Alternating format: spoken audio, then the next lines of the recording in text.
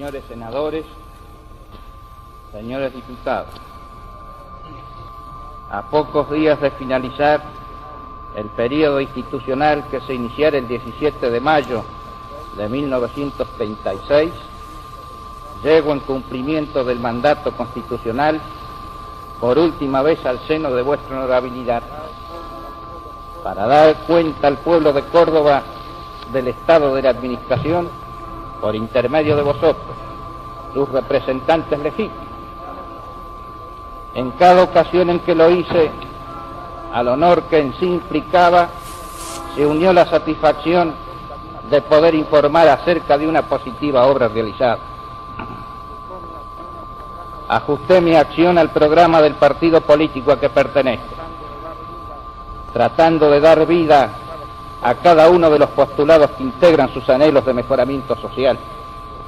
con la firme decisión de cumplir con las promesas que formulara el pueblo de Córdoba, claramente expresadas en todas las tribunas y concretadas en el primer mensaje que leyera ante vuestra honorabilidad. Volviendo ahora la mirada hacia el camino recorrido, puedo afirmar que con la amplia colaboración prestada por la honorable legislatura y por los hombres de buena voluntad de la provincia, dejamos tras nuestro una labor de realizaciones palpables que prestigia al gobierno, a nuestro partido y a Córdoba entera sin distinción de ideologías.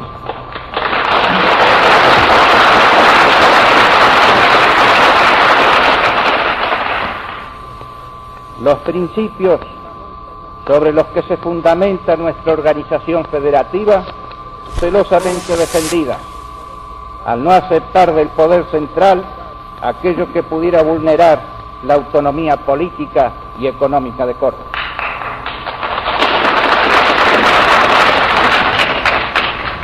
La posición adoptada frente a la legislación del impuesto de los réditos, que sustrae a las provincias recursos que les son propios, las gestiones reclamando el cumplimiento de la Ley Federal de Riego, en el caso de Río Tercero, la actitud frente a los intentos que procuraron el retiro de la ayuda federal a nuestra Dirección de Vialidad, de las medidas de regulación del crédito público de este Estado, la opinión que hemos vertido evacuando la consulta del Gobierno federal respecto a la unificación y nacionalización de la enseñanza primaria, demuestran que hemos obrado con la serena y firme voluntad de sostener el principio federalista, base de nuestra organización republicana. El pueblo se vio abocado a la renovación de los poderes ejecutivos y legislativos y a la elección de legisladores nacionales y autoridades municipales. Los comicios internos de la Unión Cívica Radical, no obstante el apasionamiento que los caracterizó, fruto del fervor de los ciudadanos en lucha, fueron muy superiores en cuanto a corrección de procedimientos a todos los realizados hasta el presente. Los comicios generales constituyen exponentes de nuestra cultura política y en ellos se expresó pura y sin traba la voluntad popular que ungió gobernador de la provincia a un hijo de Córdoba, elegido en Córdoba y por los hombres de Córdoba.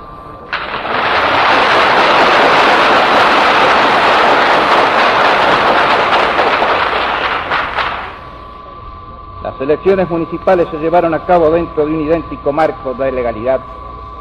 Las juntas electorales obraron correctamente en la confección de los padrones de cada comuna y el gobierno de la provincia, en las escasas oportunidades en que recibió una denuncia,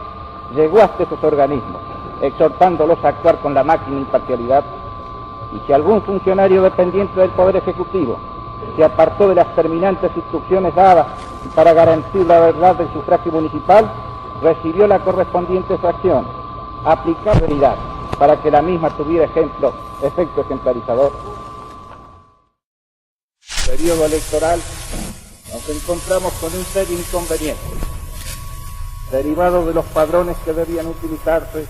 para la elección de renovación del Poder Ejecutivo y Legislativo. La Junta Electoral Provincial, constituida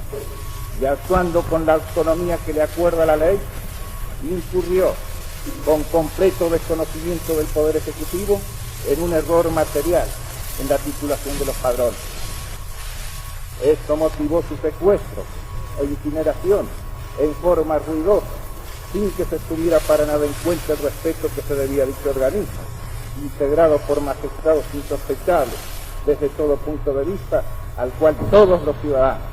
están en la obligación de rodear de todo el prestigio y de la consideración que se merece por la función que cumplen y la elevada calidad de quienes la forman. Y ese pequeño error, que se hubiese subsanado fácilmente con una enmienda tipográfica antes de que trascendiera el conocimiento general, porque del mismo estaban ya informados las personas que actuaron en esa oportunidad, fue causa de que los ciudadanos de Córdoba se vieran despojados de su padrón, para ellos sagrado, porque es el instrumento a través del cual pueden expresar su voluntad soberana. Mucho hemos avanzado en el camino de mejoramiento de nuestras prácticas políticas, pero resta aún una ardua tarea a cumplir, y sin una intensa energía y una decidida voluntad es difícil luchar contra los vicios que acusa la vida política del país, la parcería,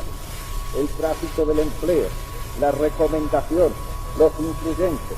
y los demás elementos de perturbación que atentan contra los sanos propósitos de una administración eficaz. Para triunfar sobre ellos es menester que los hombres que desempeñan tareas directrices dentro del mecanismo del Estado se preocupen no solo de evitar el error de tener alguna consideración por los mismos, sino de abocarse a una labor de persuasión sobre los ciudadanos que orientan el partido al que pertenece, a fin de que el correligionario sepa que por el hecho de serlo no puede esperar privilegios en lo que se refiere al cumplimiento de las normas que rigen a la colectividad, y que por el contrario, su propia condición le impone su más celoso acatamiento, so pena de perjudicar a su partido y al gobierno que con su esfuerzo ha contribuido a formar. Aunque no se estructuró en un cuerpo legal de estabilidad del empleado público, no hemos olvidado que tal aspiración se incluye en nuestro programa. Córdoba exhibe un panorama que refiere fundamentalmente con el que era visible cuando asumí la dirección del Estado. Dentro de un marco de libertad, limitado únicamente por la libertad general concretada en ley, hemos obtenido finanzas saneadas, realizado obra pública, impulsado el comercio y la industria, ampliado la acción educacional y de asistencia social, creado trabajo, elevado el salario del obrero, aspectos todos que configuran un efectivo progreso de la provincia, logrado con el ejercicio honesto del régimen democrático que es esencia de nuestras instituciones. Pero al llevar a cabo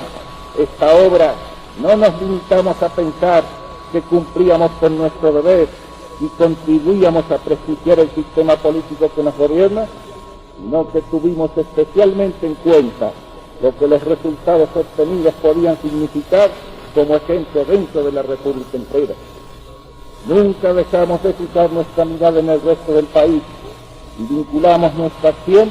al servicio de los intereses generales de la nación. Por ello, podemos decir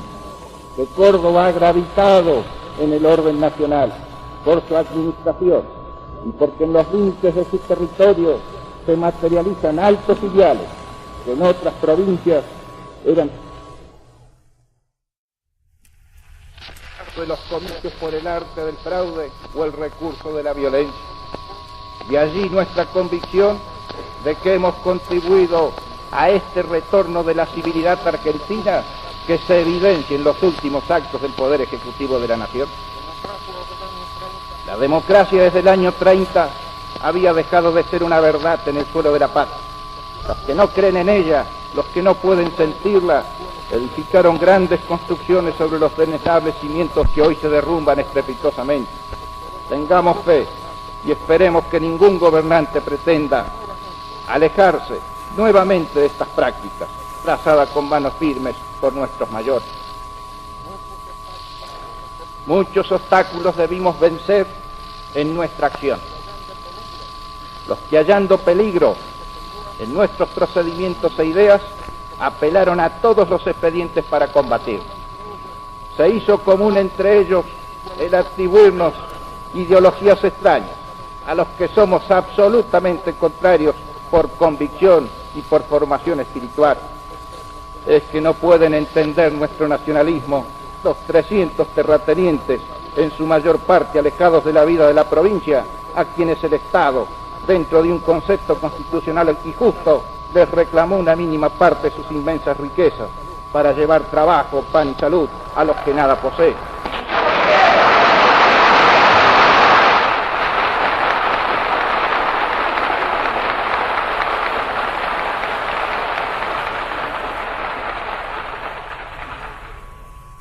Tampoco pueden entenderlo ciertas empresas internacionales que a veces llegan hasta el agravio de nuestra propia soberanía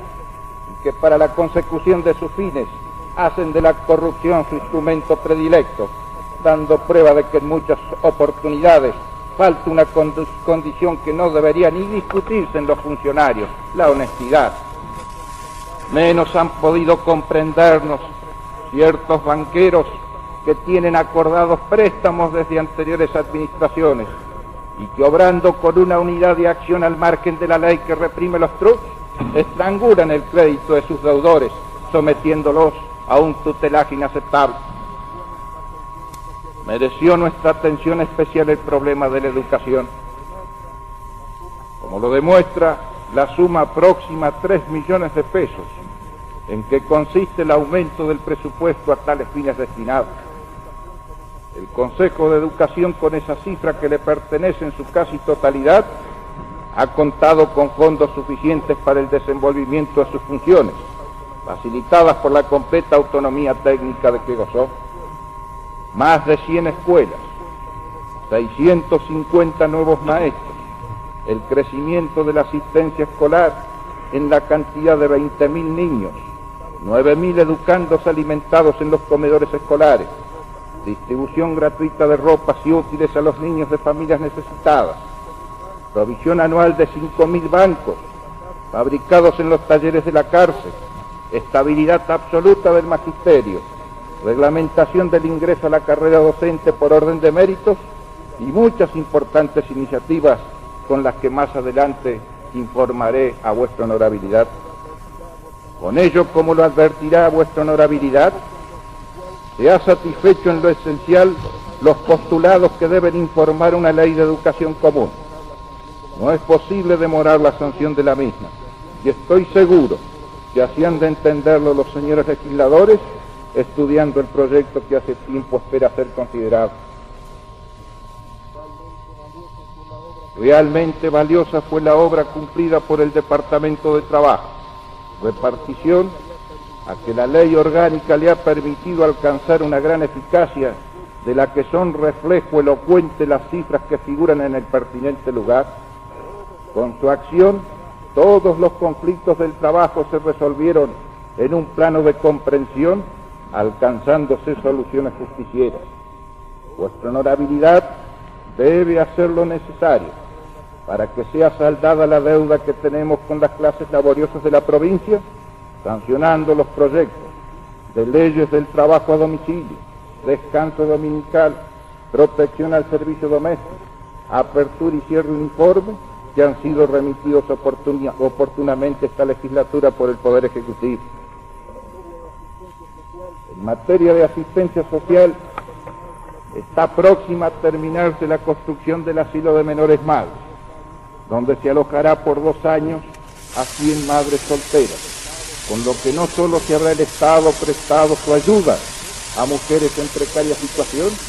sino que habrá fijado su criterio de que la maternidad no es nunca una vergüenza y que la sociedad debe respetar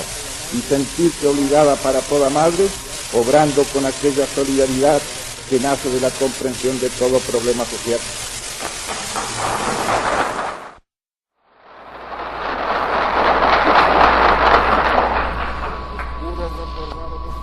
Quiero recordar en este momento a la ley de más trascendencia que se ha dictado en Córdoba en los últimos años, el nuevo Código de Procedimientos Penales, Con su vigencia, tengo la certidumbre más absoluta de que la justicia, suprema aspiración humana, estará más cerca de los que la necesitan, y que la sociedad podrá ser satisfecha debidamente en el ejercicio de sus inalienables derechos en defensa frente al acto delictuoso. Puedo manifestar que el último ejercicio de mi gobierno no ha sido sino una ratificación de la política financiera iniciada en el año 1936, sostenida en forma inconmovible por el orden y la normalidad administrativa. El equilibrio del presupuesto traduce una política financiera constructiva. Su resultado no solo se obtiene merced a un riguroso contralor de los gastos, sino muy especialmente a una ajustada percepción de la renta. Debe destacarse que en el actual periodo de gobierno estos dos principios han sido cumplidos. La labor realizada se constata con las cifras comparativas de los 4 años. Año 1936 fue clausurado con un sobrante de 578.000 pesos. Año 1937, 3.760.000. Año 1938, 2.489.000. Y el actual, con un sobrante de 1.882.000 pesos. Todos los gastos previstos por la ley de presupuesto han sido satisfechos con regularidad, destacándose los servicios de la deuda pública. Los sueldos de la administración se han pagado con escrupulosa puntualidad. En materia de subsidios, los pagos se han efectuado casi simultáneamente a la liquidación de la repartición. Pero no solo nos ha preocupado el presupuesto en sí, sino también las instituciones que gravitan en la economía de la provincia, como el Banco de Préstamo, que ha dado una utilidad de 88.000 pesos, el Banco de Córdoba, cuyo último ejercicio ha cerrado con una utilidad de 793.000 pesos. Lo mismo acontece con la Caja de Ahorros, que ha dado constantes pérdidas hasta la fecha de la reforma de la ley propiciada por el actual Poder Ejecutivo. En la Caja de Jubilaciones y Pensiones igual cosa ocurría. La responsable era la provincia, y a no dudar, estas instituciones autárquicas de por sí solas hubiesen liquidado las arcas fiscales. Nuestra ley de jubilaciones y pensiones es de una liberalidad extrema, a tal grado que compromete sin límites las finanzas de la provincia. Se impone una reforma a la ley en vigor, porque los jubilados gozan hoy de verdaderos privilegios, merced a la contribución de todos los empleados en actividad. Es necesario no confundir el sentido de la previsión con el de un beneficio de carácter exclusivo. Hacemos notar que no hemos creado gravámenes nuevos, y es práctico seguir en este camino a objeto de simplificar el régimen impositivo. Se ha ordenado una rebaja de las patentes en general, excepto las que gravan el lujo y el vicio, y en especial las del expendio del alcohol,